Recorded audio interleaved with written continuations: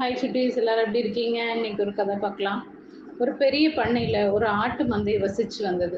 மேய்ச்சலுக்கு அவங்க செல்லும்போது அவற்றை வேட்டை நாய்கள் பாதுகாக்கும். அருகில் இருந்த காட்டில் ஓநாய் கூட்டம் இருந்தது. புல்லை மேய்ந்து கொண்டிருக்கும் வெள்ளாடுகளை குறிவைத்து ஓநாய்கள் சுற்றி சுற்றி வரும்.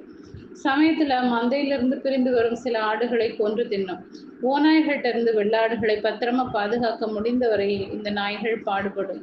ஒரு நாள் ஒரு வெள்ளாட்டுக்குட்டி மற்ற ஆடுகள் புல்லை மேய்ந்து கொண்டிருக்கும் போது மந்தையிலிருந்து பிரிந்து வந்தது. அந்த குட்டி தான் தனியாக இருப்பதை நினைத்து மகிழ்ச்சி அடைந்தது. காட்டை அது நெருங்கிய போது ஒரு ஓநாய் ஆட்டுக்குட்டியை பார்த்து விட்டது. அது குட்டியை நெருங்கியது. ஓநாயை பார்த்தவுடன் குட்டிக்கு மிகவும் பயம் வந்தது. இந்த ஓநாயை பற்றி ஆட்டுக்குட்டியின் தாய் பலமுறை எச்சரித்திருந்தது. ஆட்டுக்குட்டியின் அருகில் சென்று ஓநாய் கூறியது, குட்டியே, உன் இருப்பிடத்தை விட்டு அதிக தூரம் நீ வந்து விட்டாயே, இது புத்திசாலித்தனமான செயல் அன்றே?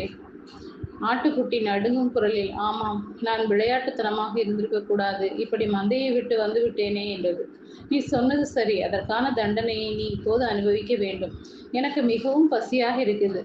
நான் அதனால் இப்போது உன்னை சாப்பிடப் போகிறேன் என்று ஓநாய் கேலியாக சொன்னது. ஆட்டுக்குட்டி மிகவும் பயந்து போயிற்று. என்றாலும் அது புத்திசாலி. தன்னை எவ்வாறாவது ஓநாயிடமிருந்து இப்போது காத்து கொள்ள வேண்டும் என்பது அதற்கு புரிந்தது. அது ஓநாயிடம் சொன்னது, நான் ஒரு பெரிய தப்பு செய்து விட்டேன் என்பது எனக்கு புரிகிறது. ஆனால் என்னை தின்பதற்கு முன்னால் நீ எனக்காக ஒன்று செய்ய வேண்டும். பொறுமை இழந்த ஓநாய், என்ன அது என்று கேட்டது. நீ மிக நன்றாக பாடுவாய், தவிர புல்லாங்குழலை இனிமையாக வாசிப்பாய் என்று நான் கேள்விப்பட்டிருக்கிறேன். நான் அமைதியாக கேட்க வேண்டுமே என்று ஆட்டுக்குட்டி அதனிடம் கூறியது. இந்த புகழ்ச்சி ஓநாய்க்கு மிகவும் பிடித்திருந்தது.